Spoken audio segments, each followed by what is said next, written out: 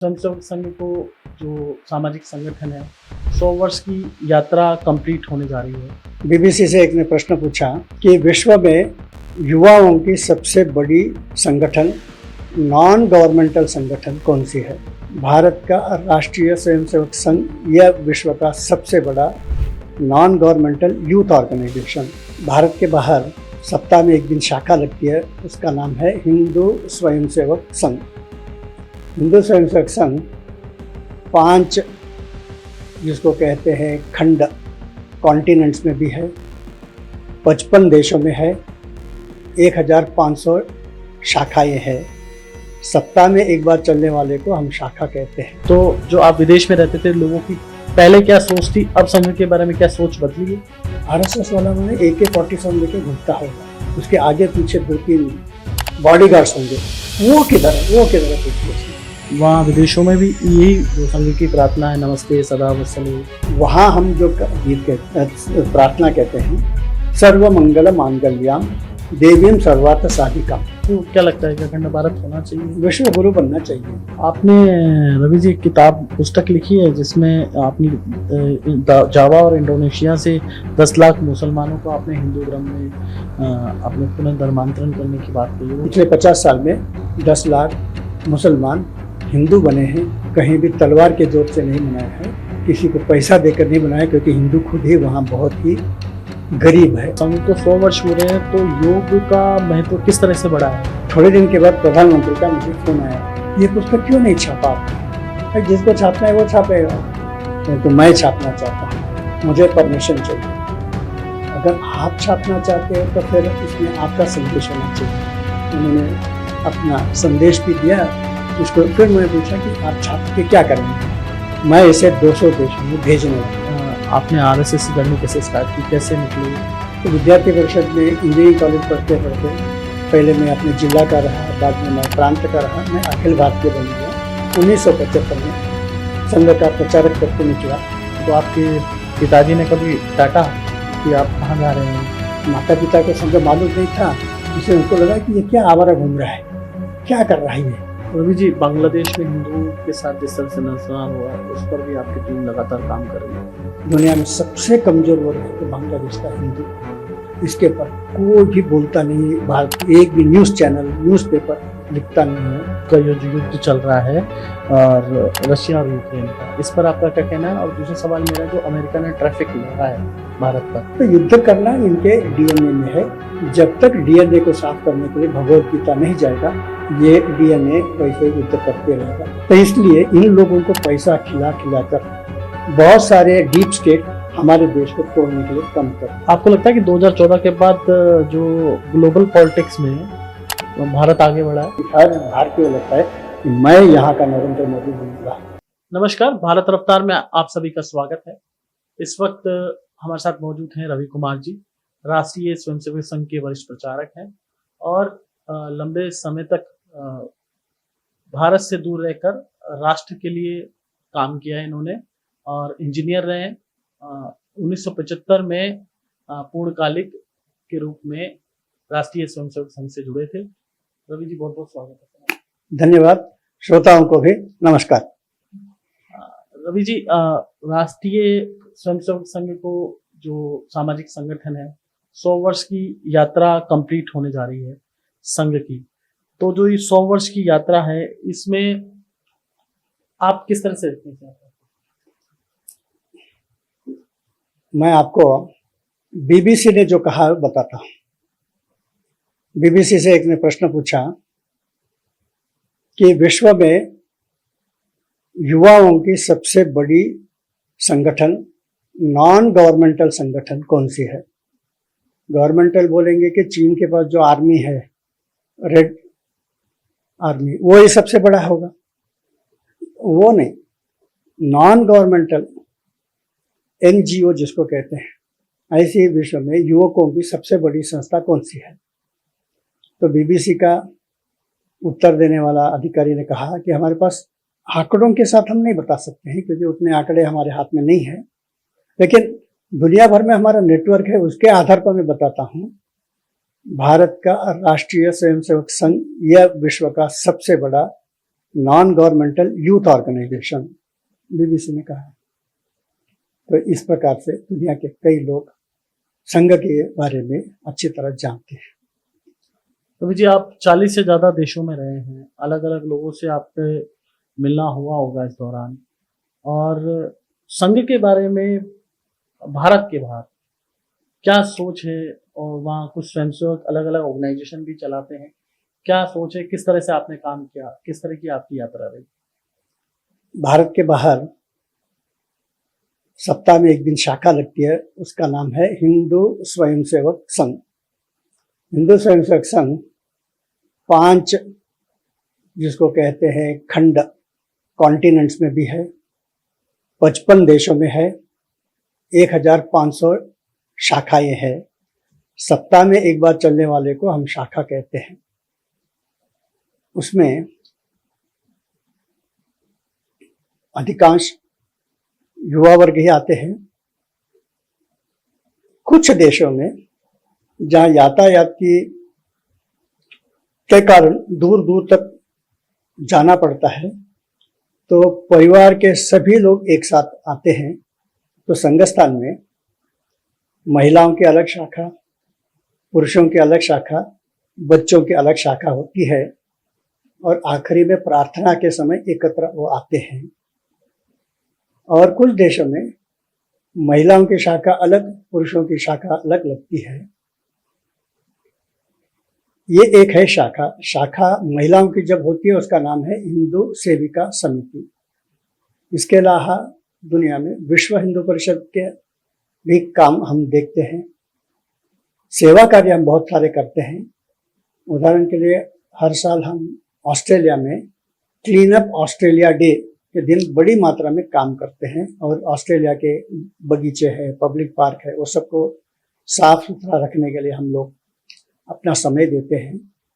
और इसके कारण हमारे कई कार्यकर्ताओं को उन्होंने भी जस्टिस ऑफ पीस ये अवार्ड भी दिया है। तो सेवा इंटरनेशनल के माध्यम से भी हम बहुत सारे काम करते हैं। तो रफली हिंदू स्वयंसेवक संघ, हिंदू सेविका समिति, विश्व हिंदू परिषद, सेवा इंटरनेशनल, और एक संस्था है friends of India society international. इसके अलावा अलग अलग स्थानों पर अपनी जरूरत के अनुसार कुछ संस्थाओं को भी खड़ा करते हैं। धन्यवाद।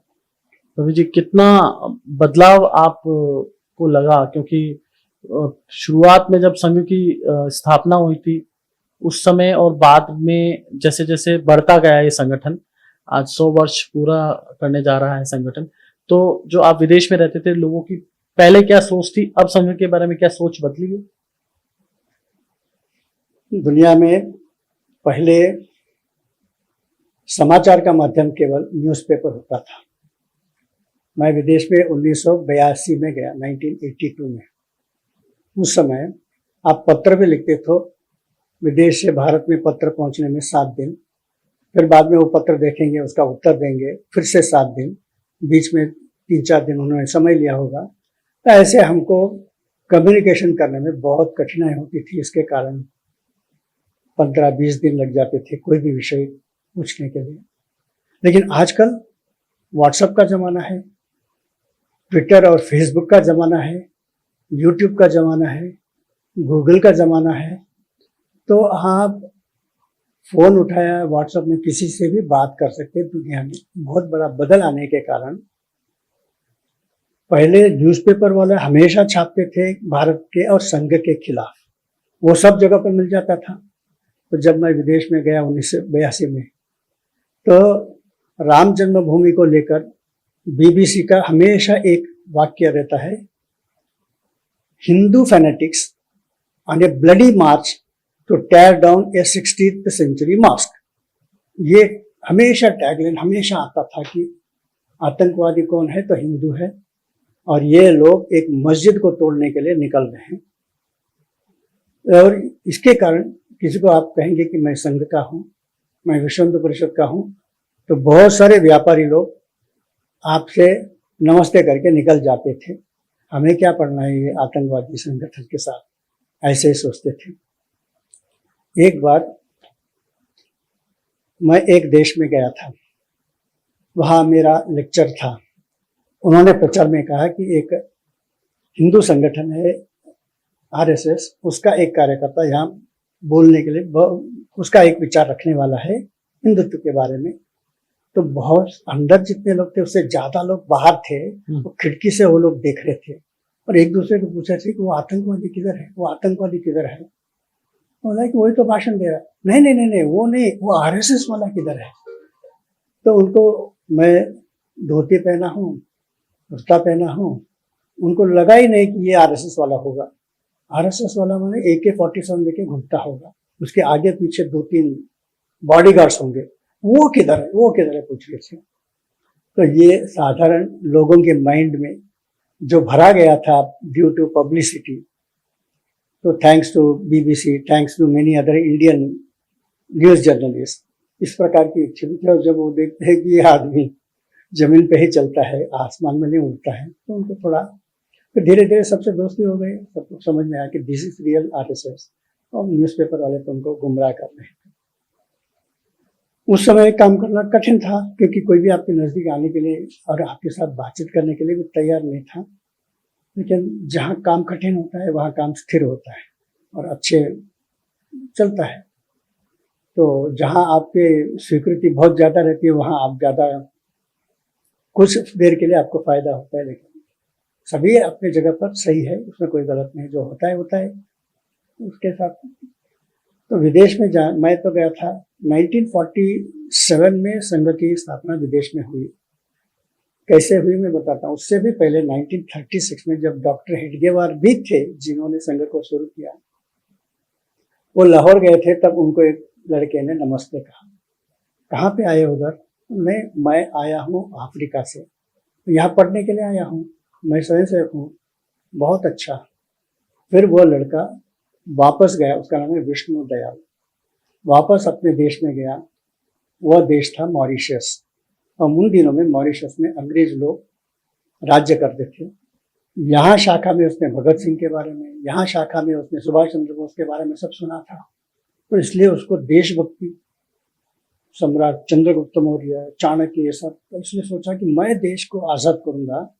वहां उसने स्वतंत्रता संग्राम शुरू किया, प्रेरणा आरएसएस। और फिर वहां जो सैनिक उसने तैयार किया, वॉलंटियर्स, उनका सबको उसने स्वयं सेवक ये नाम दिया, वो भी संघ से ही उसको मिला था। तो आज अगर मॉरिशस स्वतंत्र है तो उसके पीछे भी संघ की प्रेरणा है। विष्णु दयाल जी वहाँ के बहुत बड़े, उनके पुतले आपको वहाँ देखने को मिलेगी, ये भारत ने क्या दिया है। 1947 में एक जहाज जा रही थी, वो जहाज यहाँ से अफ्रीका केनिया जा रही थी, 10-1 दिन तो लगता ही था। तो उसमें एक पंजाब का नवयुवक, जिसे वहाँ एक स्कूल में टीचर बनने के लिए नौकरी मिली थी, वो हाफ पैंट पहन के इधर उधर घूम रहा था। दूसरे ने पूछा, आप आरएसएस के हो? तो समझ गए, आप भी? हाँ मैं भी। कहाँ से हो? तो ये पंजाब के थे और वो गुजरात के थे। दोनों हाफ पैंट में आ गए। इनको देखकर और भी कुछ लोग आए, चलो हम ऊपर जाके प्रार्थना करते हैं। और भारत की ओर दिशा करके भारत की प्रार्थना, नमस्ते सदा वत्सले, लेकिन कहाँ हो रहा है? बीच समुद्र में, जो अरबी महासागर, जिसको हम लोग सिंधु महासागर कहते हैं, उसमें वो जहाज जाते जाते कुछ दिन रोज वहां लगाते थे। कुछ दिन में वो अफ्रीका में पहुंचे, केनिया में, और फिर विधिवत केनिया में अगले साल 1948 मकर संक्रांति के समय उन्होंने ऑफिशियली संघ की स्थापना वहां की, और वहां से विश्व विभाग यानी विदेश का हिंदू स्वयंसेवक संघ प्रारंभ हुआ। आज 55 देशों में 1500 शाखाएं विद्यमान है। भारत से हमने 12 प्रचारक भेजे, वहीं से ही 12 से भी ज्यादा प्रचारक निकले हैं। और ये एक अच्छी बात है कि जो संतरा नागपुर में उग सकता है, हमने देखा कि वो संतरा देश भर में उगता है। अब विदेश में भी वो संतरा, यानी राष्ट्रीय स्वयंसेवक संघ का वही स्वाद लेने वाला एक देशभक्ति और समाज के लिए काम करने वाले एक संगठन वहां भी विद्यमान है। अलग अलग देश के प्रधानमंत्री, राष्ट्रपति, बड़े बड़े लोग हमारे कार्यक्रम में आकर गए हैं। तो जो यहाँ भगवा ध्वज को गुरु माना जाता है, स्वयंसेवक मानते हैं, वहाँ विदेशों में भी यही परंपरा है, वही जो जो संघ की प्रार्थना है, नमस्ते सदा वत्सले, वही प्रार्थना है वहाँ पे? बहुत अच्छा प्रश्न है। गणेश को लेकर भी प्रश्न पूछना चाहिए और प्रार्थना को लेकर भी। तो ध्वज एक ही है दुनिया भर में, भारत में भी वही भगवा ध्वज है और उससे हमें बहुत कुछ सीखने को मिलता है। उसकी डिटेल में मैं अभी नहीं जाता हूँ, लेकिन प्रार्थना भिन्न है। यहाँ हम कहते हैं नमस्ते सदा वत्सले मातृभूमि। आप अफ्रीका में क्या कहोगे, ऑस्ट्रेलिया में क्या कहोगे, अमेरिका में कहोगे, क्या कहोगे? तो वहाँ के लोग अगर कहना चाहते हैं मातृभूमि तो सही निकलेगा। हम तो वहाँ, अभी तो हमारे पास इंडियन पासपोर्ट है, अब वहाँ नौकरी के लिए गए, व्यापार के लिए गए, पढ़ने के लिए गए, और हम उनको कहे कि अमेरिका माता की जय, तो थोड़ा विचित्र लगेगा। और हम कितने लोग हैं? 1% से कम है। तो वहाँ हम जो गीत प्रार्थना कहते हैं, सर्व मंगल मांगल्याम देवीम सर्वार्थ साधिकाम। प्राचीन काल से ही हिंदुओं की एक वाक्य रही है, वसुधैव कुटुंबकम, यानी सारा विश्व हमारा बंधु है। हम विश्व के शांति के लिए प्रार्थना करते हैं, वह भाव इसमें रहता है। तो अलग अलग देशों में हिंदू स्वयंसेवक संघ रजिस्टर्ड है। जब रजिस्ट्रेशन देते हैं तो पूछते हैं कि तुम्हारा मुख्य उद्देश्य क्या है, तो हम प्रार्थना को ट्रांसलेट करके उनको दे देते हैं। ये देखने का, अरे बाप रे, इतना अच्छा विचार है आपका, तो इसलिए हमको रजिस्ट्रेशन करने में कठिनाई नहीं रहती है। हर चीज में आपको local conditions, local constitution, local नियमों को पालन करते हुए संघ का काम करना है, और हमारे लिए कोई कठिन काम नहीं है, हम कर सकते हैं। तो हिंदू स्वयंसेवक संघ ऑस्ट्रेलिया अपने आप में एक स्वतंत्र बॉडी है। हिंदू स्वयंसेवक संघ इंग्लैंड वो स्वतंत्र बॉडी है। हिंदू स्वयंसेवक संघ अमेरिका ये स्वतंत्र है, अफ्रीका का स्वतंत्र है। हर एक अपने अपने देश के कानून के अनुसार वो कॉन्स्टिट्यूशन बनाकर, वहाँ का संविधान बनाकर वो वहाँ काम करते हैं। वहाँ के लोग, वहाँ के कार्यकर्ता वहाँ गुरु दक्षिणा करते हैं, और उसमें से जो पैसा मिलता है उसमें से वो वहाँ का काम चलाते हैं। वहाँ का पैसा हम भारत में नहीं लाते हैं। और वहाँ के अलग अलग देशों में स्कूल में जो यूनिफॉर्म होता है, उदाहरण के लिए मलेशिया में नीला रंग का हाफ पैंट होता है, और उसी को सफेद टी शर्ट के साथ हमने गणवेश बनाया ताकि लोगों को ज्यादा खर्चा करना ना पड़े। तो अलग अलग देशों के गणवेश अलग अलग है। जैसे बलून अलग अलग रंग के होते हैं, फिर भी उसके अंदर आपने हीलियम गैस भरा तो ऊपर जाने वाला है। तो वैसे कुछ चीजें अलग, कुछ चीजें ध्येय जो है एक ही एक है, इसलिए वो हमारे लिए काम करना आसान रहता है। हाँ, आखिरी में हम भारत माता की जय नहीं कहते हैं, हम कहते हैं विश्व धर्म की जय, यानी विश्व में एकता होनी चाहिए, विश्व धर्म की जय। रवि जी, आपने 40 से ज्यादा देशों में रहे हैं आप, मुझे लगता है कि आपकी क्या सोच है, क्योंकि स्वयंसेवकों की सोच अलग अलग समय में ये रही है, संघ के स्वयंसेवकों की अखंड भारत बनना चाहिए। आप तो बहुत सारे देशों में गए, कि आपको क्या लगता है कि अखंड भारत होना चाहिए? विश्व गुरु बनना चाहिए। अखंड भारत भी तो छोटा ही है, दुनिया अब इतने नजदीक आ गई है। पहले गूगल आया, थोड़े दिन के बाद व्हाट्सएप आया, फेसबुक आया, ट्विटर आया है, यूट्यूब आया है। इस नए युग में आपको विश्व गुरु बनना बहुत आसान है, और इसमें आपको कठिनाई नहीं है। विश्व गुरु का मतलब है धीरे धीरे वो हिंदू विचारधाराओं से नजदीक आते हैं। ऐसे बहुत सारे देशों में वो लोग हमको मानते हैं। उधर एक उदाहरण देता हूँ, लोगों को ठीक लगेगा। 1971 में टर्की के प्रधानमंत्री ने भारत के प्रधानमंत्री इंदिरा गांधी जी को पत्र लिखा कि हम भगवत गीता के ऊपर प्रतिबंध ला रहे हैं। इनको भगवत गीता कोई राष्ट्रीय पुस्तक नहीं माना है हमने। कोई भी उसको अगर उसके ऊपर प्रतिबंध लाता है तो भी भारत सरकार कुछ नहीं बोलने वाली है। फिर भी जब पत्र आया है तो उन्होंने राजदूत को बताया कि क्या चीज है, और भगवत गीता कहने के बाद भारत ही हो सकता है, दूसरा कोई देश नहीं हो सकता है, तो हमें क्यों अपमानित करना चाहते हैं। तब उन्होंने पूछताछ किया तो पता चला कि वहाँ के बहुत सारे विद्यार्थी बोलते हैं कि तुर्की तेरी, हम आज़ादी चाहते हैं, और वो लोग वहाँ के पुलिस के विरोध में विद्रोह कर रहे थे। तो बोले कि ये इतनी ताकत इनको, पुलिस को ही मार रहे हैं और तुर्की तेरी टुकड़े होंगे इंशाअल्लाह इंशाअल्लाह स्लोगन दे रहे हैं, क्या बात है ये? तो ये क्या पुस्तक से प्रेरणा मिलती करके देखा तो वहाँ कार्ल मार्क्स का पुस्तक था, वहाँ माओ के विचार थे। इन सब पुस्तकों को उठाकर उन्होंने बैन किया। उसके बीच में भगवद गीता भी था, तो उसको भी उन्होंने प्रतिबंध किया। तब हमारे राजदूत ने बताया ये जो माओ के विचार, ये जो कार्ल मार्क्स के विचार, ये कम्युनिस्ट विचार आपके देश को तोड़ेगा। इसके पढ़ने के बाद यही कहेंगे कि तुर्की तेरे टुकड़े होंगे इंशाअल्लाह इंशाअल्लाह, लेकिन अगर तुम्हारे देश को बचाना है तो यही भगवद गीता बचाएगा, क्योंकि ये वसुधैव कुटुंबकम को मानता है। अच्छा ऐसा है, तो इसलिए उन्होंने उस प्रतिबंध को हटाया। क्योंकि इन दिनों में बार बार न्यूज़पेपर में भगवद गीता का नाम आ रहा था, तो एक युवा ने सोचा कि ये क्या है भगवद गीता, मुझे पढ़ना है। तुर्की भाषा में भगवद गीता नहीं था, वो जर्मन भाषा में था, तो वो जर्मन जानता था, इसलिए जर्मन भाषा में पढ़ा और इतने अच्छे पुस्तक, इतने अच्छे विचार है, तो इसको मैं अनुवाद करूंगा। तो उसने अनुवाद किया और आगे चलकर 1974 में वह वहां का प्रधानमंत्री बन गया।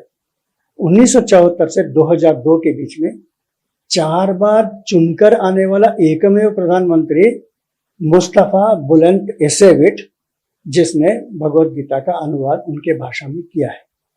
एक प्रधानमंत्री ज्यादा मालूम नहीं है, इसके कारण भगवद गीता को प्रतिबंध किया, दूसरे ने उसका अनुवाद किया और वहां का प्रधानमंत्री भी बन गया। तो ऐसे बहुत सारी चीजें आपको ध्यान में आता है कि धीरे धीरे धीरे हिंदुत्व के और सारी दुनिया आ रही है।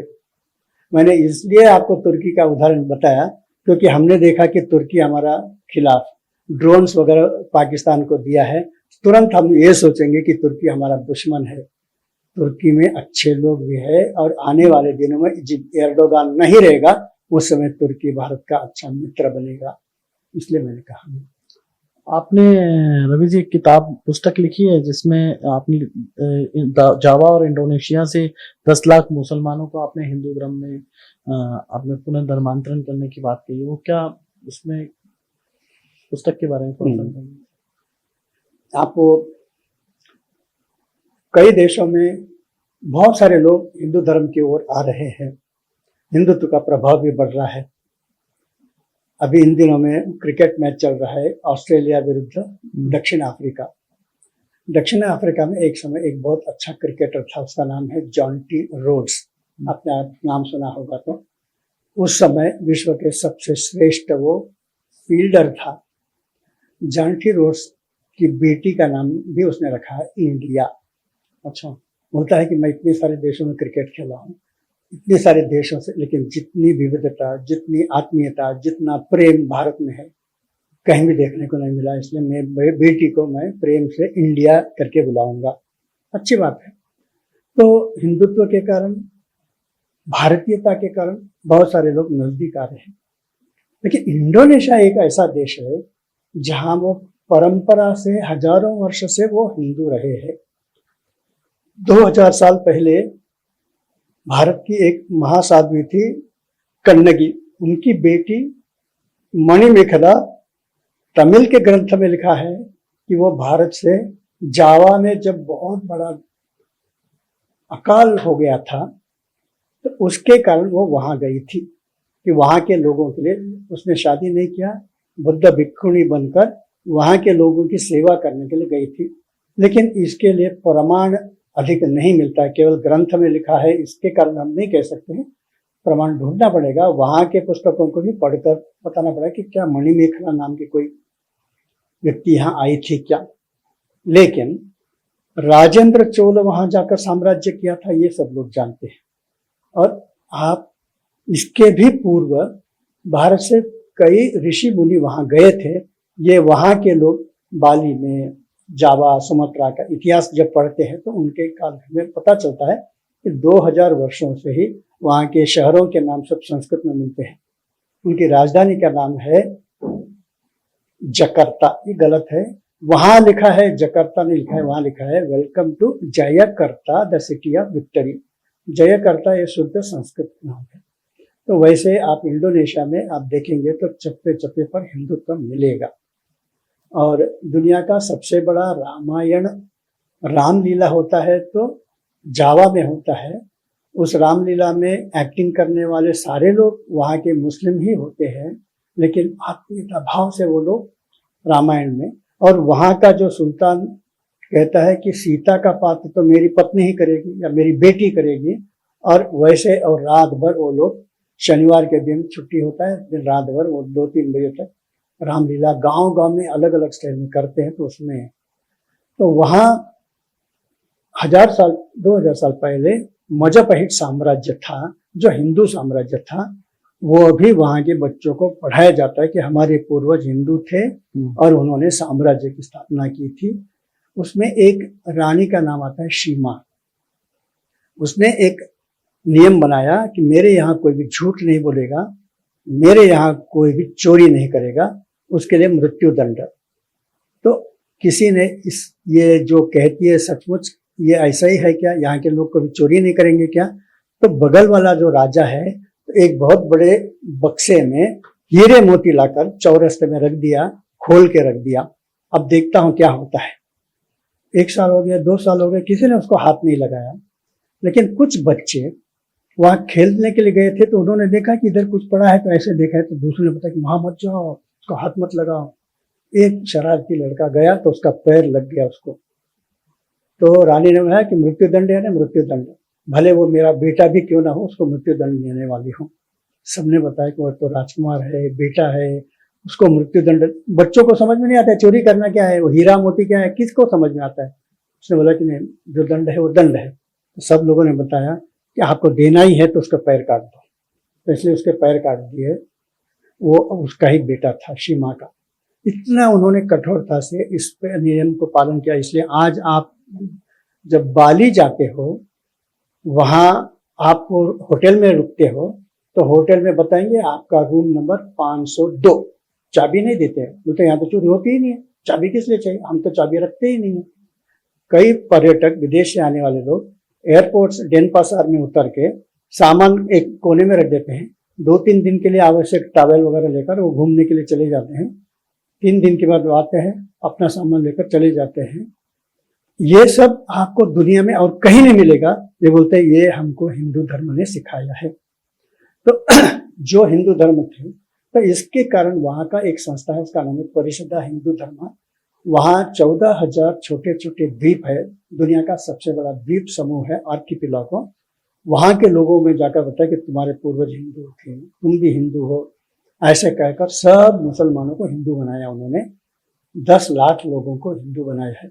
मैंने तो नहीं किया, लेकिन उनके साथ मैं हमेशा जाता था लोगों से मिलने के लिए। वो कैसे बात करते, क्योंकि उनकी भाषा अपने को हमें तो आता नहीं है। तो इस प्रकार से उन्होंने करते हुए वो गांव गांव में छोटे छोटे, वहाँ जो फॉरेस्ट एरिया जंगलों में जाके कर, तो जंगल भी मैं जाके आया देखने के लिए। तो ये सब होता है वहाँ, उन्होंने किया है। पिछले 50 साल में 10 लाख मुसलमान हिंदू बने हैं। कहीं भी तलवार के जोर से नहीं बनाया है, किसी को पैसा देकर नहीं बनाया, क्योंकि हिंदू खुद ही वहाँ बहुत ही गरीब है। वहाँ कोई टाटा और बिरला तो है ही नहीं, अडानी और अंबानी नहीं है।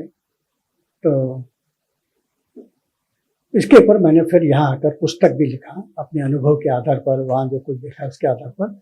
और अभी अभी राजस्थान में जयपुर में स्वामी जी ने उसका विमोचन किया, गोविंद गिरिदेव महाराज ने।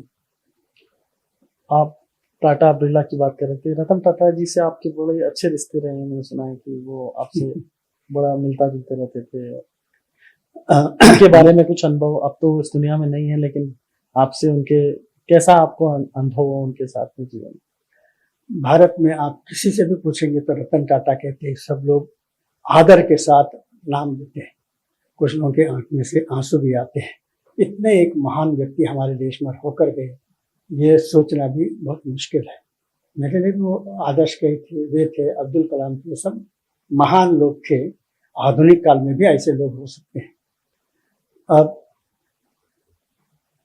हमने एक विषय लेकर उसको चला है। भारत में अलग अलग प्रकार के पुरस्कार मिलते हैं।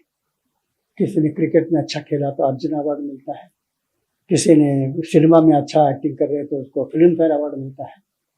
लेकिन भारत के लोग विदेश में जाकर जो काम करते हैं उसका कहीं भी कोई उसका दखल नहीं लेता है। हम विदेशी आक्रांते जब भारत में आकर हमारे देश को लूटा, गजनी, घोरी, तुगलक, इनके सारे सब जानते हैं। लेकिन राजेंद्र चोल भारत से बाहर गया था। कई दक्षिण भारत के राजा विदेश में जाकर उन्होंने बहुत बड़ा साम्राज्य किया था। पल्लव साम्राज्य वियतनाम में था। इसके बारे में हमको पढ़ाया नहीं जाता है। तो हमने सोचा था कि एक पुरस्कार देना चाहिए जिन्होंने भी अपने पुरुषार्थ से विदेश में बड़ा कारोबार किया होगा और वहां के लोगों को, लाखों लोगों को प्रभावित किया होगा। तो टाटा एक है कि उनके फैक्ट्री अनेक देशों में है। टाटा मोटर्स वह भी अफ्रीका के बहुत सारे देशों में आपको देखने को मिलता है टाटा मोटर। तो उन्होंने बहुत बड़ा काम किया है। वैसे एयरटेल, पूरे अफ्रीका में एयरटेल बहुत प्रसिद्ध है उनका वहाँ। तो उसके अंदर काम करने वाले वहाँ के लोग होते हैं। लाखों की संख्या में विदेशी लोग काम करते हैं। तो ऐसे कंपनियों को ढूंढना जो भारत को विश्व गुरु बनाने में सक्षम है और आगे चलकर विश्व गुरु इसके कारण बनेगा। तो ऐसे लोगों में तो हमने एक पुरस्कार देने का सोचा, जिसका नाम है VIR award, Vivekananda international relations award. तो अंतरराष्ट्रीय स्तर पर जो भारत को जोड़ता है ऐसे विषयों को, तो किसको पहले देना चाहिए? तो रतन टाटा को देना चाहिए। तो हमने उनको लिखा कि ऐसे ऐसे हम दे रहे हैं। पिछले 10 साल में उन्होंने जो पुरस्कार लिया वो यही पुरस्कार है और किसी पुरस्कार को उन्होंने लिया नहीं। जब युवराज चार्ल्स जब राजा भी बन गया था, राजा इंग्लैंड का राजा चार्ल्स ने भी बुलाया था, तो किसी कारणवश जा नहीं पाए, वरना वो पुरस्कार लेने के लिए इच्छुक नहीं रहते हैं। उन्हीं दिनों में उनके कुत्ते की तबीयत खराब थी तो फिर वो वापस आ गए, बोले कि मैं आ नहीं पाऊंगा। किसी का अब वो नहीं लिया। लेकिन उनके जीवन में 2 महीने पहले ही उनसे हम मिले थे, उसके बाद उनका स्वर्गवास हो गया। 4 जुलाई को हमने उनको दिया। हमने बताया कि आज स्वामी विवेकानंद का दिन है, आज के दिन हम आपको देना चाहते हैं। तो उन्होंने स्वीकार किया, दिया। International Vivekananda international relations award है। इस साल हमने माता अमृतानंद को लिखा कि हम ये अवार्ड आपको देना चाहते हैं। तो उन्होंने स्वीकार किया और उन्होंने एक डेट दिया और हम उनको जाकर मिलकर आए और बड़े भव्य सभा में उन्होंने उस सबके सामने से उसने लिया। रवि जी, योग पे आपने पुस्तक भी लिखी, आपका बड़ा अनुभव है, आपने कई देशों में योग के लिए काम किया। वो उस पुस्तक का जिक्र अलग अलग लोगों ने समय समय पर किया है, प्रधानमंत्री नरेंद्र मोदी ने भी किया और भी कई लोगों ने किया। क्या खास है उस पुस्तक में? और संघ को 100 वर्ष हो रहे हैं, तो योग का महत्व किस तरह से बढ़ा है? क्या संघ का स्वयंसेवकों को कितना योगदान है उसमें? पहले संघ में हर शाखा में योगासन सिखाया जाता है। मैंने भी संघ में आकर योगा सीखा है। योगा नहीं, योग कहना चाहिए, लेकिन अंग्रेजी में योगा कहते हैं, तो इसलिए मैं तो किसी ने उसका पर आपत्ति मत लीजिए। तो योग जो है वो विदेश में बहुत तेजी से वो फैला है। मैंने विदेश के जो प्रधानमंत्री, जो वहाँ के बड़े बड़े आइकन्स, जो सेलिब्रिटीज जिसको कहते हैं, वहाँ के कलाकार, वहाँ के म्यूजिक गाने वाले मैडोना जैसे लोग, ऐसे जो विश्व के स्तर के जिनका नाम प्रख्यात है, फुटबॉल प्लेयर है, हॉकी प्लेयर है, रग्बी प्लेयर है, अलग अलग देशों का मैंने लेकर, इनके कारण योग वहाँ प्रचलित है, ये मैंने पुस्तक लिखा था। लेकिन मैंने छापा नहीं था उसका, केवल जेरोक्स कॉपी निकाल के कुछ लोगों को बताया कि इसको उपयोग करना है तो कर लो। थोड़े दिन के बाद प्रधानमंत्री का मुझे फोन आया, ये पुस्तक क्यों नहीं छापा आपने? जिसको छापना है वो छापेगा। तो मैं छापना चाहता हूँ, मुझे परमिशन चाहिए। अगर आप छापना चाहते हैं तो फिर इसमें आपका संदेश होना चाहिए। तो उन्होंने अपना संदेश भी दिया इसको। फिर मैं पूछा कि आप छाप के क्या करेंगे? मैं इसे 200 देशों में भेजने वाला। तो 200 देशों में उन्होंने भेजा। अच्छा, उन्होंने सब उसका छापने का भी उन्होंने एकदम हाई क्लास उन्होंने छापा है। तो पुस्तक का कीमत भी 1000 रुपया, इसलिए मैं भी नहीं खरीद सकता हूँ। और वो 200 देशों में, तो कई अम्बेसडर वहां से मुझे फोन करते थे कि आप इधर आइए, इसका विमोचन करेंगे वगैरह। ये एक अच्छा काम वहां हुआ। उस पुस्तक में मतलब आपकी जर्नी है, आपने किस किस तरह ना, मेरा जर्नी क्या, योग का जर्नी। योग में किस तरह योग सबसे पहला शुरू हुआ था मोहनजोदड़ो में। आप मोहनजोदड़ो का शिला देखेंगे तो एक आदमी योग में बैठा हुआ दिखाई देता है। तो वहां से जो शुरू हुआ 5000 साल, और आज वो व्हाइट हाउस में, फिर टाइम स्क्वायर में, सब जगह पर योग होता है। व्हाइट हाउस मैंने बताया, जब ओबामा राष्ट्रपति थे तो उनकी पत्नी मिशेल ओबामा वह गुड फ्राइडे के दिन 10,000 लोगों को बुलाकर, क्योंकि छुट्टी के समय है ना, वह योग सिखाती थी। मिशेल ओबामा सामान्य व्यक्ति तो नहीं है, और वो योग सिखाती है। ये सब मेरे पुस्तक में है, कितने देश के प्रधानमंत्री योग करते हैं वगैरह। तो इसके कारण उन्होंने बताया कि ये पुस्तक ऐसा किसी ने भी लिखा नहीं है। बाकी योग कैसे करना है इसके ऊपर 10,000 लोगों ने लिखा है, लेकिन आज के बड़े बड़े लोग योग करते हुए इसमें फोटो है, वो हमको चाहिए। इसमें उन्होंने राहुल द्रविड़ फॉर एग्जाम्पल योग करते हैं, सचिन तेंदुलकर योग करते हैं, दिखता है ये सब। रवि जी, आप अन्य देशों में रहे हैं, कभी आपसे किसी ने नहीं पूछा कि संघ में संघ कहते हैं, एक नैरेटिव है कि संघ का आजादी में कोई योगदान नहीं है, एक नैरेटिव चलाया जाता है, तो किसने आपसे विदेश में पूछा कि नहीं कि भाई भारत की फ्रीडम में क्या संघ का कोई योगदान नहीं है, इस तरह का कुछ? मैंने अभी मॉरिशस का फ्रीडम फाइटर के नाम बताया। मॉरिशस के देश की आजादी में संघ का बड़ा योगदान है, मैंने अभी बताया। ऐसे कई देशों के आजादी में संघ के स्वयंसेवकों ने काम किया है। केन्या के इसमें संघ के स्वयंसेवकों ने काम किया है। मॉरिशस के आजादी के लिए संघ के लोगों ने काम किया है, काम करते हैं। और फिजी की आजादी में भी भारतीयों ने काम किया है। उस समय संघ वहां नहीं था, लेकिन भारतीयों ने काम किया है। और फिजी के संदर्भ में बहुत बड़ा काम अपने संघ का प्रचारक ने किया है। वहां 4 पीढ़ी पहले लोग चले गए थे, यानी 1870 या 80 में चले गए थे। उस समय तो आरएसएस तो था ही नहीं। तो वहां जाने के बाद 1 पीढ़ी, 2 पीढ़ी, 3 पीढ़ी तक तो उन्होंने हिंदी को, तमिल को, तेलुगु को संभाल के रखा था। आज देश भर में जो 50% लोग भारतीय हैं, वो हिंदी जानते हैं, तमिल और तेलुगु भूल गए हैं। ठीक है, वो भी अच्छा है, या हिंदी तो कम से कम जानते हैं, लेकिन उनकी इच्छा है कि हम लोग जानते हैं तमिल, लेकिन हमारे बच्चे नहीं जानते, इसके लिए कुछ करो। उन्होंने मद्रास में आके बड़े बड़े पंडितों को लेकर गए, उनके लिए लाखों रुपया खर्चा भी किया, लेकिन कोई परिणाम नहीं निकला। मैंने बोला आप चिंता मत कीजिए, एक मौका मुझे दीजिए, मैं भारत से एक को लेके आऊंगा। भारत में भीष्माचार्य नाम के एक प्रचारक है, उनकी मातृभाषा तेलुगु है, और कुछ साल वो आंध्र प्रदेश में प्रचारक थे, 17 साल। बाद में तमिलनाडु में 17 साल प्रचारक थे। बाद में वो पंजाब में प्रचारक के नाते गए, तो इसलिए वहाँ उनके पास बहुत अनुभव है। तमिल, हिंदी और तेलुगु जानने वाले व्यक्ति थे। उनको मैंने कहा कि तुम आ जाओ।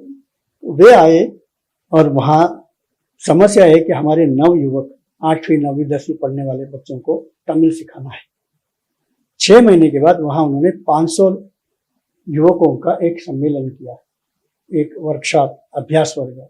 उसमें माता पिताओं को भी बुलाया कि आप लोग आइए, एक शर्त है कि यहाँ आने के बाद आप हिंदी नहीं बोलेंगे, आप अंग्रेजी नहीं बोलेंगे, वहाँ की फिजी भाषा नहीं बोलेंगे, केवल तमिल और तेलुगु में बात करेंगे। माँ बाप एकदम आश्चर्यचकित हो गए, गदगद हो गए। मेरा लड़का यहाँ मंच पे आके तमिल में धारा प्रवाह भाषण दे रहा है, हिंदुत्व के बारे में, देश के बारे में, फिजी के बारे में। ऐसे एक एक लड़का कोई तेलुगु में बोल रहा है, कोई तमिल में बोल रहा है। ये देखकर वो एकदम खुश हो गए। एक स्वयंसेवक, जो बड़े बड़े पंडित लोग वहां 3 साल में जो कर नहीं सके, वो 6 महीने में करके दिखाया। हमारे भी कुछ योगदान है, अलग अलग देशों में हमने किया है बहुत बड़े का। Ravi ji, could I ask you one thing about your personal life? I mean, how you start your journey with RSS and all? कि आपने RSS से जर्नी कैसे स्टार्ट की, कैसे निकले, आपके कैसे परिवार था, कहाँ से निकले, संघ के प्रचारक कैसे बने आप? मैं जब पिताजी मिलिट्री में थे, अलग अलग शहरों में जाते थे, मिलिट्री कैंप में रहते थे, वहाँ कोई संघ की शाखा नहीं थी। कहाँ पे? अलग अलग शहरों में। कहाँ के रहने वाले हैं बेसिकली? मैं मूल तमिलनाडु का हूँ, अच्छा। लेकिन पिताजी कभी बम्बई में थे, कभी गुजरात में थे, कभी कच्छ में थे, और फिर उनकी बदली हुई नागपुर में। जब नागपुर में आए थे तो हमको शहर में रहना पड़ा, क्योंकि मिलिट्री क्वार्टर्स बनाने के लिए उनको बुलाया था, तो मिलिट्री में रहने के लिए अनुभव था। तो फिर हम लोग शहर में थे, तो घर के सामने ही शाखा थी, तो शाखा में वैसे ही मैं चले गया। फिर कॉलेज में भी था, फिर इंजीनियरिंग करने के लिए मैं तमिलनाडु में भी गया। तो घर से कॉलेज, और कॉलेज से शाम को घर की ओर मेरे मामा के घर में आते समय देखता हूँ कि वहाँ शाखा है, तो वहाँ भी स्वयंसेवक बन गया।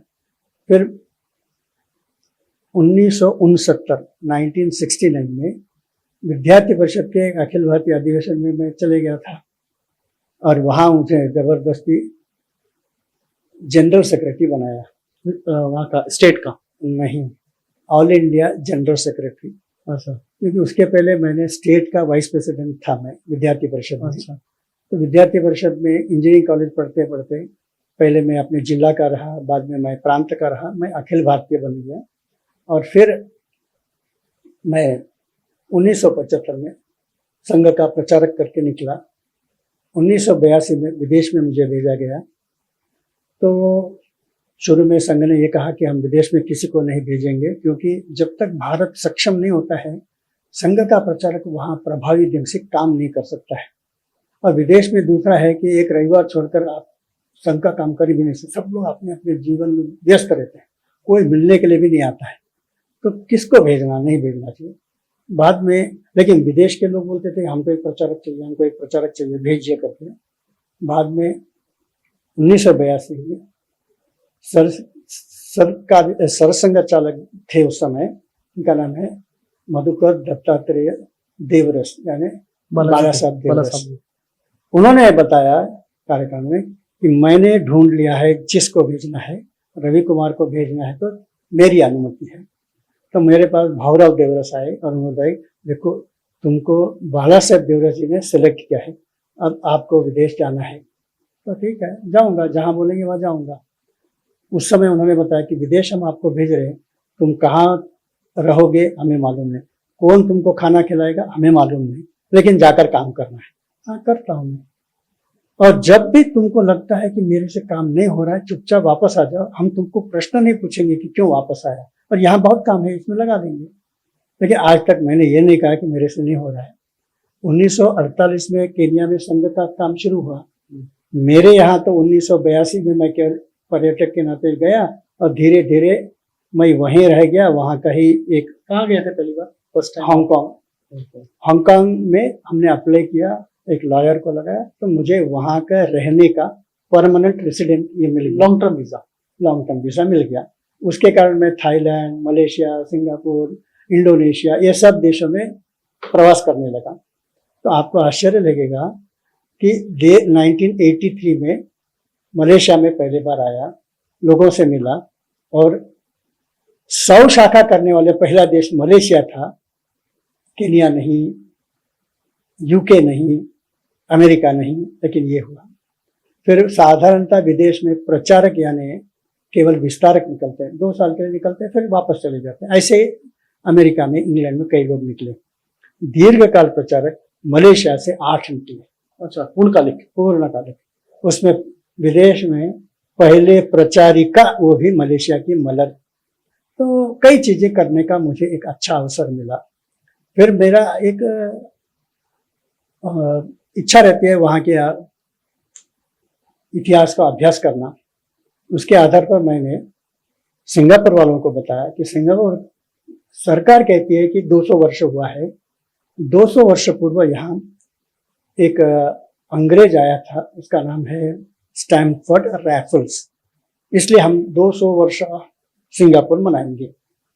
तो मैंने वहाँ के एक प्रमुख व्यक्ति से बात किया और कहा, ये बिल्कुल गलत है, सिंगापुर ये संस्कृत शब्द है, ये तमिल शब्द है, स्टैमफोर्ड रैफल कोई तमिल पंडित नहीं है कि इसका नाम वो संस्कृत में देगा, तो इसलिए आप सरकार को लिखिए। उन्होंने कहा आप लिख के दीजिए मुझे। तो मैंने एक लेख लिख के दिया कि 1000 वर्ष पूर्व यहाँ राजेंद्र चोल आया था, और फिर वो यहाँ से वो जावा गया था, वहाँ की राजकुमारी से उसके विवाह हुआ था और उसके कारण जो 3 पीढ़ी के बाद एक लड़का आया, बड़ा लड़का राजा बना, तो उसने अपने छोटे भाई से कहा कि तुम यहाँ क्यों मेरे साथ बैठे हो, सेना ले जाओ, आधा सेना तुम ले जाओ, जहाँ चाहिए वहाँ राज्य शुरू करो। तो 1000 साल पहले संगनीला उत्तमा ने यहाँ हिंदू किंगडम ऑफ सिंगापुर बनाया। तो उसके तो 1000 साल तो हो गया ना, तो you should say 1000 years of Singapore. सरकार ने मान लिया। आज संगनीला उत्तमा के लिए एक बहुत बड़ा स्टैच्यू बन गया है।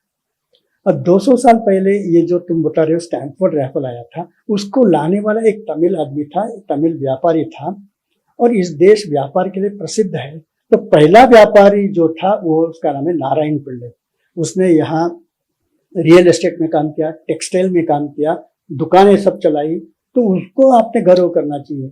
ये जो स्टैनफोर्ड राइफल तुमको तो गुलाम बनाया है। तो आज नारायण पिल्ले के लिए भी समुद्र के किनारे एक बहुत बड़ा स्टैच्यू बन गया है। वैसे जब मैं ऑस्ट्रेलिया गया तो ऑस्ट्रेलिया के अभ्यास किया और हमने कार्यकर्ताओं को बताया कि इस ऑस्ट्रेलिया में जब कोई डॉक्टर, कोई जो इंफॉर्मेशन टेक्नोलॉजी, आईटी वाले और प्रोफेसर वगैरह नहीं थे, उस समय आज से 100 साल पहले बहुत सारे लोग पंजाब में उनको 1857 के बाद बुरी तरह से जब अंग्रेज लोग की पिटाई करते थे, मारते थे, बूंद के रखते थे, तो कई पंजाबी लोग वहां से भागकर कलकत्ता आए। कलकत्ता से बोट में बैठकर कुछ लोग कनाडा चले गए और कुछ लोग ऑस्ट्रेलिया में गए और ऑस्ट्रेलिया में वो खेती करने लगे, कनाडा में खेती करने लगे। ये जो 100 साल पुराने लोग हैं, उनके बच्चे पढ़ने के लिए वहीं कॉलेज में जाते थे। उनको पंजाबी आती नहीं लेकिन इंग्लिश आती है। और ये जब हमें ऑस्ट्रेलिया ने कहा कि हम पहले बार यहाँ सेना तैयार कर रहे हैं और प्रथम युद्ध में लड़ने के लिए जाना है, तो उसमें ये लोग भर्ती हो गए क्योंकि उनको तो ऑस्ट्रेलिया के सिवा कोई देश नहीं मालूम। ऐसे 72 लोगों ने ऑस्ट्रेलिया के झंडे के नीचे हम लोगों ने प्राण अर्पण किया है। तब ऑस्ट्रेलिया सरकार ने आज सिडनी में भारतीय शौर्य वीरों के लिए एक बहुत बड़ा मेमोरियल बनाया है। सिडनी में भी कुछ भारतीय सैनिक, वही सिडनी में ही ये बनाया है। तो ये भी मेरे लेख के बाद ये हुआ है। यहाँ दिल्ली में भी एक चौक है, उसको कहते हैं 3 मूर्ति हाइफा चौक। ये भी मेरे पुस्तक के विमोचन के बाद हुआ है। तो संघ के स्वयंसेवक के नाते जो कुछ मेरे से हो सका मैंने कुछ किया। रवि जी, मतलब थोड़ा सा दिलचस्प सवाल है, लेकिन जैसे प्रचारक निकलता है, अमूमन उस समय निकलते होंगे, तो आज भी माँ बाप तो लड़ते ही हैं, तो आपके पिताजी ने कभी डांटा कि आप कहाँ जा रहे हैं, भाई पढ़ लिए, कोई जॉब कर लो, वो बोलते ही थे ना? तो ये तो हर एक के घर में होता ही है। माता पिता को संग मालूम नहीं था, इसलिए उनको लगा कि ये क्या आवारा घूम रहा है, क्या कर रहा है ये। फिर धीरे धीरे पता चला कि RSS करके एक संस्था है, तो साल में हमें 3 दिन छुट्टी मिलती है प्रचारक के लिए। उस समय हम जून महीने में घर जाते हैं।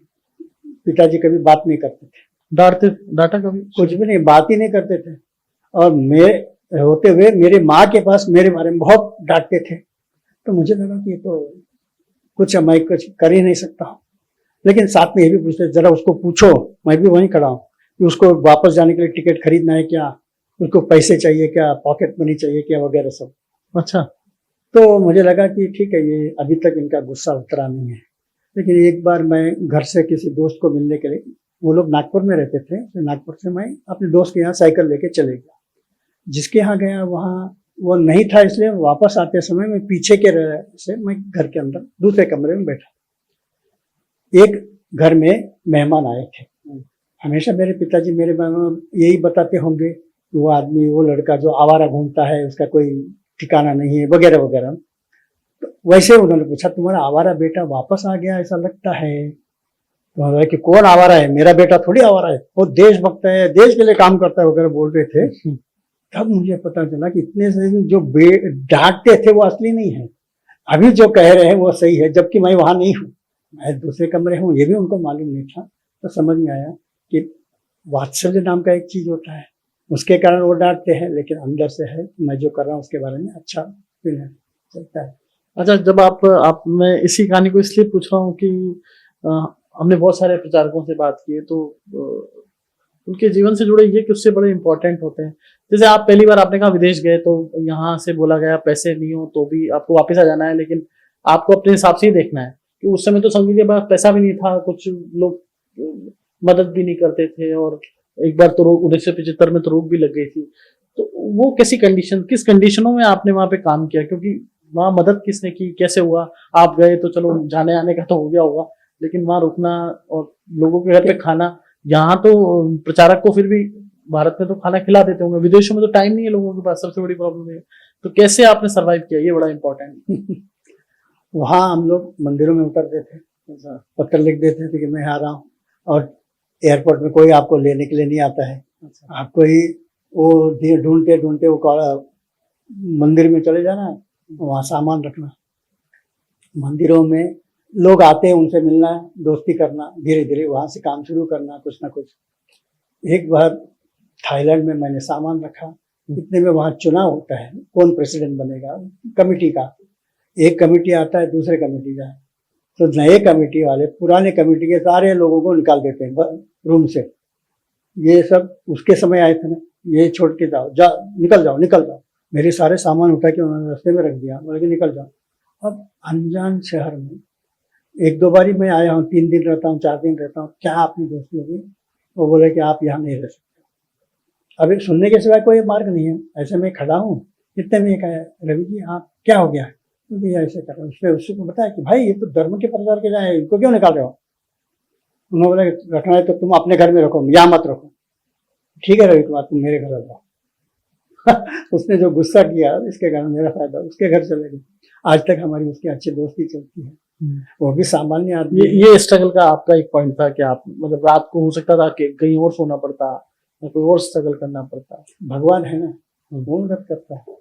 वैसे मलेशिया में मैं एक व्यापारी था, बोले कि मैं तो सिंध से आया हूँ, इसलिए मुझे मालूम है कि क्या क्या यातनाएं सहन करना पड़ता है। आप मेरे पास ऊपर एक कमरा, आप नीचे दुकान है, ऊपर एक कमरा है।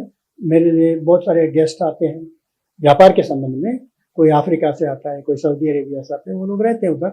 आज कोई नहीं है, आप रहिए उधर, जब भी आते उधर ही रहिए, ऐसे उसने बोल दिया। अच्छा है, बाकी कोई उसको खर्चा कुछ नहीं है। लेकिन एक दिन देखा कि मेरे सारे सामान गायब। मैं नीचे आया, बोला कि मेरे सामान कहाँ है? ऊपर। तो ऊपर से लिफ्ट है, नीचे आने के बाद सारे सामान उठाकर उनकी पत्नी जो मालकिन है, उसने उठा के बाहर फेंक दिया। मतलब कि ये यहाँ ऊपर गेस्ट हाउस केवल व्यापारियों के लिए है, तुम क्या इधर आके बैठे हो, इसलिए तुम इधर आते हो, निकल जाओ। आपको बोला? हाँ, ये क्या, उनको क्या मालूम कौन है। और ये जिस सज्जन ने मुझे बुलाया कि आप यहाँ रह सकते हो, चुपचाप कुछ नहीं बोला उसने, क्योंकि पत्नी के सामने कौन बोल सकता है। तो चुप रहा। और फिर लेकिन देखिए भगवान कुछ करता, वहां से दूसरा एक आदमी आया,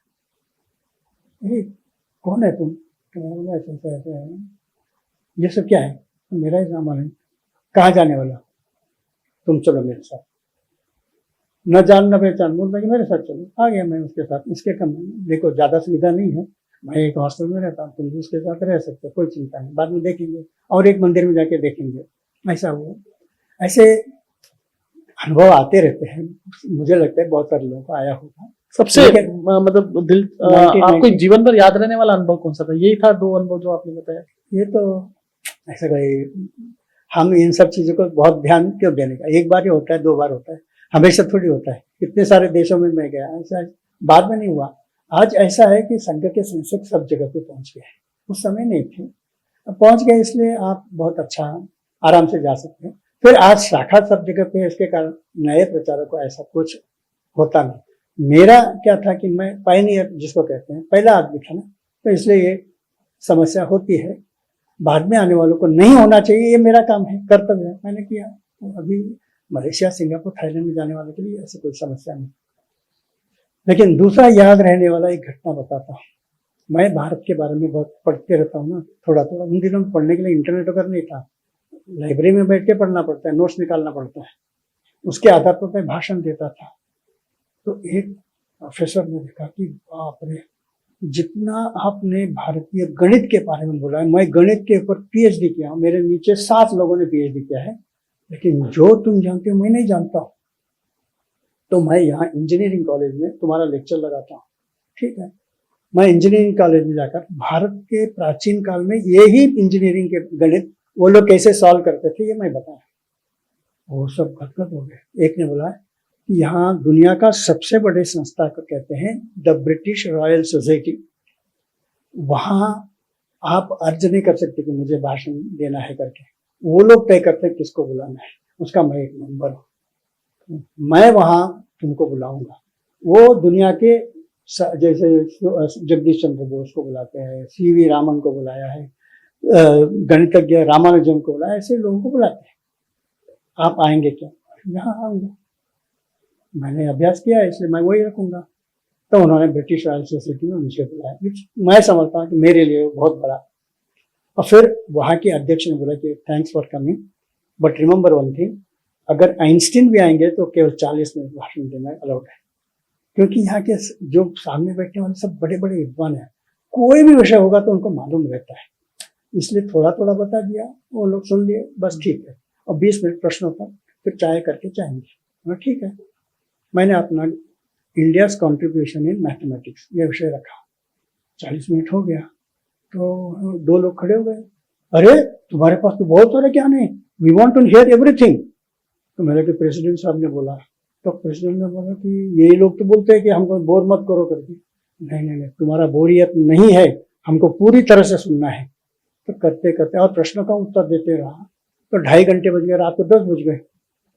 तब फिर से प्रेसिडेंट खड़े होकर बोला कि भाई साहब कल ऑफिस में भी जाना है, यहीं बंद करते हैं।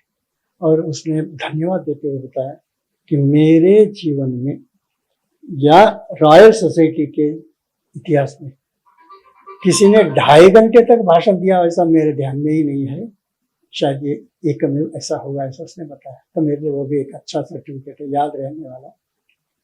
वैसे एक टेडेक्स नाम की एक संस्था है, उन्होंने मुझे बताया कि दुनिया में बहुत सारे गरीब देशों में बच्चे मरते हैं, आप कुछ बता सकते हो क्या कि आसानी से उनकी जीवन कैसे बच सकती है? तो उसको कहते हैं, छोटे बच्चे मरने वाले होते हैं, उसको कहते हैं नियोनेटल मॉर्टेलिटी, बच्चा 1 साल के अंदर मरता है। दूसरा नहीं, नियोनेटल का मतलब 7 दिन के अंदर जो बच्चा मरता है। दूसरा होता है इन्फेंट मॉर्टेलिटी, 1 साल के अंदर मरता है। और चाइल्ड मॉर्टेलिटी 5 साल की आयु तक मरता है। उसके बाद अगर वो रह गया तो फिर बाद में जल्दी मरते नहीं। इसी में मरने वाले सबसे ज्यादा है। उसमें भारत के भी आंकड़े बहुत खराब है।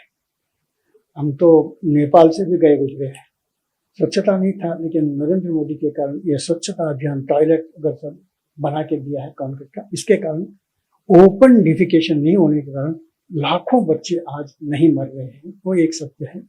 ऐसे जो लोग छोटे आयु के बच्चों के लिए क्या दवा देना चाहिए जो आसानी से मिल सकता है, तो 3 उपाय मैंने बताया। आप बच्चे लोग मरते हैं डिसेंट्री के कारण, पेट में जो जाता है उस जहरीला पानी होता है, तो पानी में आप एक तांबा रख दीजिए, कॉपर प्लेट रख दीजिए, तो 2 घंटे में वो पानी के अंदर जितने भी कीटाणु मर जाएंगे। वो पानी पीने से आपको डिसेंट्री नहीं आएगी। इसके लिए केवल आपको 6 प्लेट अलग अलग साइज के इनको डोनेट कर दीजिए, फिर उनके बच्चे नहीं मरेंगे, ये गारंटी। दूसरा है, आप सांस लेते हैं उसमें कीटाणु होते हैं और नाक के माध्यम से चेस्ट में जाकर आपको अस्थमा से बच्चा मरता है। ये प्रिवेंट करने के लिए आप आंख में तेल लगाइए, उसको कहते कोई भी तेल लगाइए, लेकिन सबसे अच्छा है कि तिल का तेल लगाने से ये लोग इतने आसानी से नहीं मरेंगे, क्योंकि इधर ही मर जाएगा, कीटाणु यहाँ तक नहीं जाएगा। और तीसरा है, मलेरिया से मरते हैं। मलेरिया को दूर करने के लिए आप तुलसी का पौधा वहां लगाइए। ये तो रास्ते में सोते हैं, झोपड़पट्टी में सोते हैं, नाले के पास सोते हैं, वहां सब आप ये लगाइए तुलसी का पौधा। तो इसमें खर्चा कुछ नहीं है, 500 रुपये के अंदर इनकी जान बच सकती है। तो इसमें ये अफ्रीका वगैरह में इन्होंने ये दिखाया है। मेरा तो कुछ लोगों की जान बच गई होगी, तो मैं इनके प्रति आभारी हूँ। रवि जी, बांग्लादेश में हिंदुओं के साथ जिस तरह से नरसंहार हुआ, उस पर भी आपकी टीम लगातार काम कर रही है, उस विषय पर आपका क्या कहना है? कि बांग्लादेश में 2 करोड़ हिंदू है और अत्यंत दयनीय स्थिति में है। दुनिया में सबसे कमजोर वर्ग है तो बांग्लादेश का हिंदू। इसके पर कोई भी बोलता नहीं है, भारत की एक भी न्यूज चैनल, न्यूज़पेपर लिखता नहीं है। वहाँ 30% लोग थे 1971 में। हमने बांग्लादेश का निर्माण किया, उनको मदद किया। लेकिन 30% से घट करके अभी 7.5% हो गया है। कुछ साल के अंदर वो 2% होकर खत्म ही हो जाएंगे इंडेंजर स्पीसीज। इनके लिए क्यों नहीं काम करना चाहिए? इनके लिए करना चाहिए। इसलिए वहाँ के बहुत सारे हिंदू है, बौद्ध है, ट्राइबल लोग हैं, इन सबसे हमने दोस्ती किया, उनसे सब बातचीत करते हुए इनका एक हमने एक जॉइंट फ्रंट बनाया है। बांग्लादेश माइनॉरिटीज पार्टी एक बनाया है। वहाँ कोई हिंदुओं की पार्टी नहीं है। खलीदा जिया की एक पार्टी है और शेख हसीना की एक पार्टी है। यहाँ से एक दो चुनकर आते हैं, यहाँ के चुनकर आते हैं। इनका स्लोगन है कि मैं जीत कर आऊंगी तो मैं तुमको 4 थप्पड़ मारूंगी, दूसरे बोलते कि मैं 10 थप्पड़ मारूंगी। तो ये हिंदुओं को मारना ही इनका एजेंडा है। तो उसमें रहकर क्या करना है? आप अलग अपना पार्टी बनाए। किसी में हिम्मत नहीं थी करनी, तो हमने किया, इलेक्शन कमीशन को दिया। इलेक्शन कमिश्नर कई प्रश्न पूछे थे, वो सबका उत्तर देकर अब वो रजिस्टर्ड हो चुका है। अब हम चुनाव लड़ेंगे तो हमारे नाम पर, इसका नाम है बांग्लादेश माइनॉरिटीज राइट्स पार्टी। तो ये एक हमारे पास है। वैसे ही सीरिया में कुछ लोग हैं, इनको ड्रूस मुस्लिम्स कहते हैं, उनका भी नरसंहार इन दिनों में हो रहा है। ISIS वाले अभी सत्ता में आ गए हैं और वो लोग सुन्नी है, जो सुन्नी नहीं है उनको कत्लेआम कर रहे हैं। जो शिया है वहाँ अलावाइट, उनका भी नरसंहार हो रहा है। और ये ड्रूस लोगों को मार, वो पूछते हैं कि तुम कौन है? तो मैं मुसलमान हूँ। कौन से मुसलमान हो? तो बोले कि मैं ड्रूस मुस्लिम हूँ। ढक ढक ढक ढक ढक उसको मार देते हैं। ड्रूस मुस्लिम मूंछ रखते हैं, तो ब्लेड से आकर उनका ये होठ सब काट देते हैं और उसको मार मार के उसको चटनी कर देते हैं। ऐसे भयानक अत्याचार ड्रूस मुस्लिम के ऊपर होता है। ये ड्रूस मुस्लिम लोग पुनर्जन्म में विश्वास करते हैं। ये ड्रूस मुस्लिम लोग टाइम इज साइक्लिक मानते हैं। तो बहुत सारे उनके जो है, एक भगवान है, उसके अनेक रूप होते हैं। ये सब केवल हिंदू धर्म में लिखा है। तो indirectly they are following certain principles of Hinduism, and इसके कारण वो लोग मारे जा रहे हैं और हम लोग चुपचाप देखें, ये अच्छा नहीं है।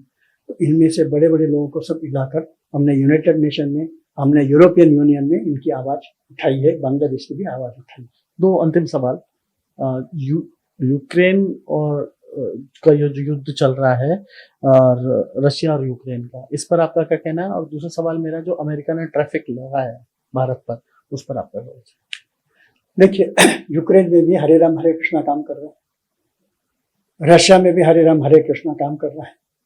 ये समय की देन है, जब एक हरे कृष्णा का यूक्रेन का आदमी प्रधानमंत्री बन जाए और रशिया का एक यूक्रेन हरे कृष्णा का आदमी प्रधानमंत्री बन जाए, ये कुरुक्षेत्र वार खत्म हो जाएगा।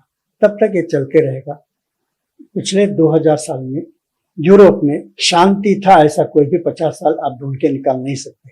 हमेशा युद्ध होते रहा है। उसमें से ये एक है, इसको बंद करेंगे तो और एक जगह पे शुरू हो जाएगी। तो युद्ध करना इनके DNA में है। जब तक DNA को साफ करने के लिए भगवत गीता नहीं जाएगा, ये DNA वैसे युद्ध करते रहेगा। आज आपको लगता है यूक्रेन रशिया, इसके पहले आयरलैंड में क्या हो रहा था, इसके पहले अल्स्टर में क्या हो रहा था? पूरे यूरोप का इतिहास केवल युद्धों से ही भरा पड़ा है। तो इसलिए इसके लिए एक है कि हरे राम हरे कृष्ण जैसे संस्था काम करेगी तो ठीक हो जाएगा। इन दिनों में हम एक और चमत्कार देखते हैं। आपने अबू धाबी में एक बहुत बड़ा हिंदू मंदिर आया देखा है? जी बिल्कुल। और दीपावली के समय एक एक सीढ़ी में दिया कौन जला रहा है? वहां का अरबी चला रहा है, वो भी देखा होगा। नवरात्रि के समय डांडिया कौन खेल रहा है? वहां का अरबी खेल रहा है।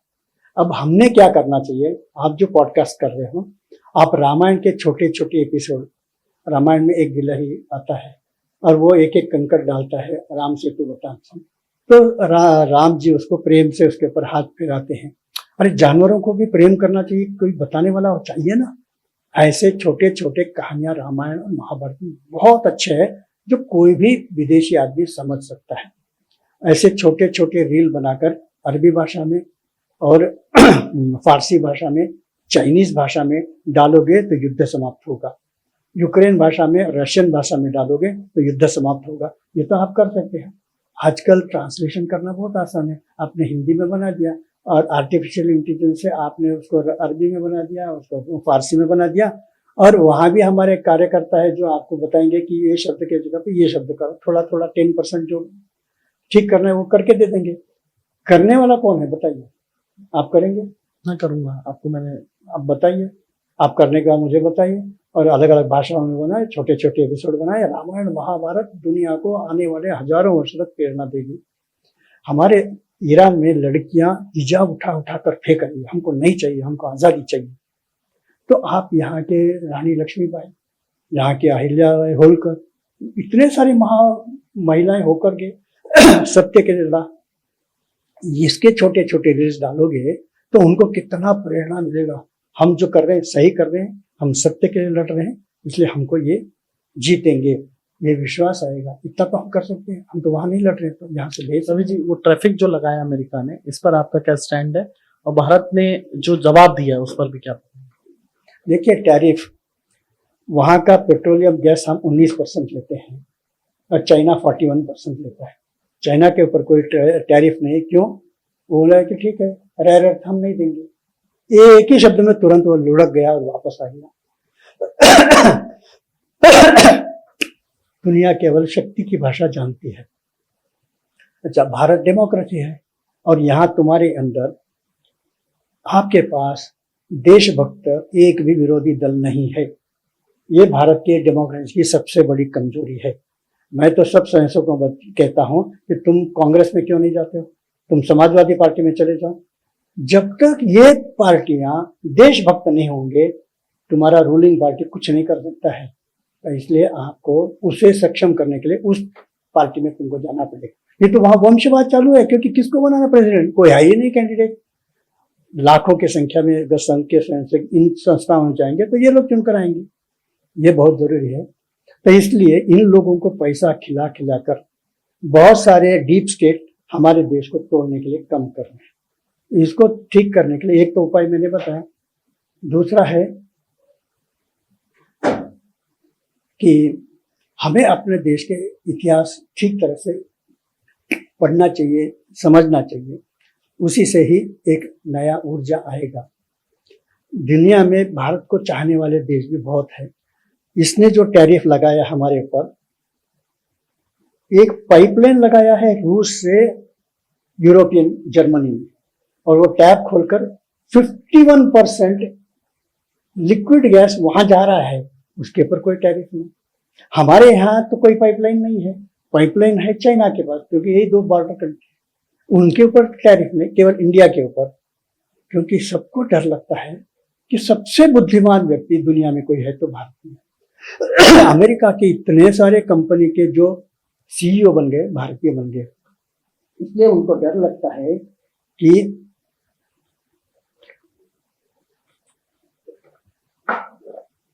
आज नहीं तो कल चाइना अंदर के विरोधाभास के कारण टूटेगा, लेकिन भारत नहीं टूटेगा, क्योंकि ये डेमोक्रेटिक कंट्री है, इसको तोड़ नहीं सकते। तो हमें खतरा भारत से है, ये भी एक है। फिर दूसरा एक है कि अमेरिका की यूनिवर्सिटी में सारे हाई एजुकेशन करने वाले भारतीय हैं, प्रोफेसर्स भारतीय है। अमेरिका में सफेद चमड़ी वालों की जनसंख्या बहुत तेजी से घट रही है, क्योंकि शादी नहीं होती है, शादी हुआ तो भी बच्चे नहीं होते हैं। लेकिन ये हिंदू कल यहाँ के राष्ट्रपति बनेंगे। इनके अभी विवेक रामस्वामी, अगर आप पॉलिटिकली, एक तो है कि सीईओ सब हमारे हैं, वो तो ठीक है, लेकिन अभी आप देखेंगे तो विकसित देश जो है, ऋषि सुनक बन गया इंग्लैंड में, विकसित देश है जिनका जीडीपी हमसे ज्यादा, जिनका पर कैपिटा इनकम भारत से ज्यादा है। दूसरा है आयरलैंड, दुनिया का 1 नंबर का देश है, वहाँ लक्ष्मण वराडकर बन गया है। फिर पोर्चुगल, वहाँ का एंटोनी डिकोस्टा बन गया है। न्यूजीलैंड, ये भी विकसित देश है, वहाँ डॉक्टर आनंद सत्यानंद बन गए हैं।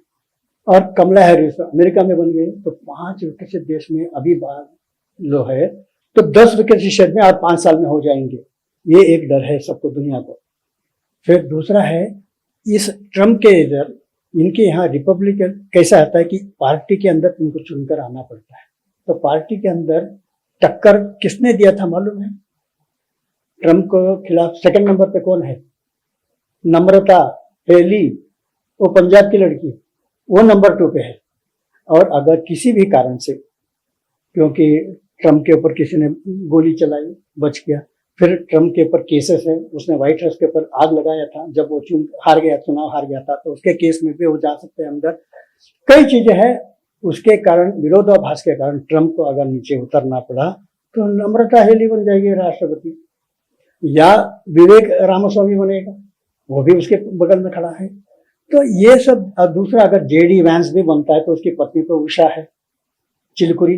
तो धीरे धीरे भारतीय लोग पॉलिटिकल सिनेरियो में भी आ रहे हैं, ये एक अच्छी बात है। आखिरी में अगर आप पॉलिटिक्स में नहीं आते हैं तो कभी भी कीड़े मकोड़े की तरह आपको सीईओ को मार सकते हैं। तो पॉलिटिकल प्रोटेक्शन भी हमको चाहिए। तो अभी कई देशों में हमारे लोग। आपको लगता है कि 2014 के बाद जो ग्लोबल पॉलिटिक्स में भारत आगे बढ़ा है, ग्लोबली मतलब जियो पॉलिटिक्स में, ये सब जो हुआ है 2014 के बारे ही हुआ है कि हर भारतीय को लगता है कि मैं यहाँ का नरेंद्र मोदी बनूंगा। अब की बार मोदी सरकार, यही नारा ट्रम्प भी लगाता था, अब की बार ट्रम्प सरकार करके चिल्ला रहा था। तो 2014 के बाद दुनिया भर का पॉलिटिक्स बदला है नरेंद्र मोदी के कारण। तो ये थे रवि कुमार जी, जिन्होंने हमारे साथ खास बातचीत की। इसी तरह से जुड़ते रहिए, हम और भी आपको पॉडकास्ट सुनाते हैं। नमस्कार।